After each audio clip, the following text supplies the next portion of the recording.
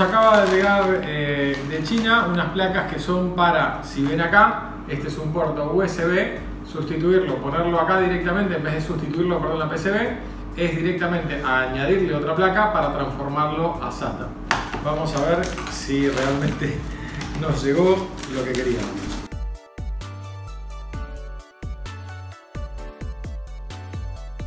En teoría son 8 placas para justamente todos los modelos que existen de Western Digital.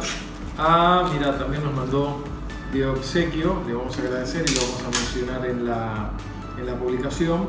Esto es para leer las ROM sin tener que desoldarlas, o sea, uno tiene una PCB como esta donde tiene la ROM y no hace falta desoldarlas. Y acá tenemos las placas, vamos a ver cada una de las placas que nos ha llegado, que nos ha enviado nuestro colega.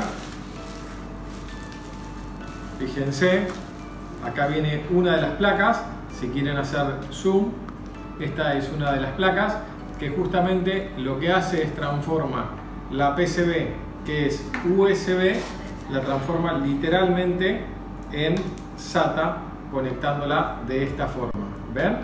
En total son 8 placas que justamente lo que permiten es porque las PCB ahora actualmente tienen encriptación en el MCU. Es imposible reemplazar la PCB. Entonces, para poder transformar la SATA, una forma muy sencilla, muy rápida y no invasiva, es transformándolas con este tipo de dispositivos que hace que sea muy fácil la recuperación de datos, digamos, ¿no?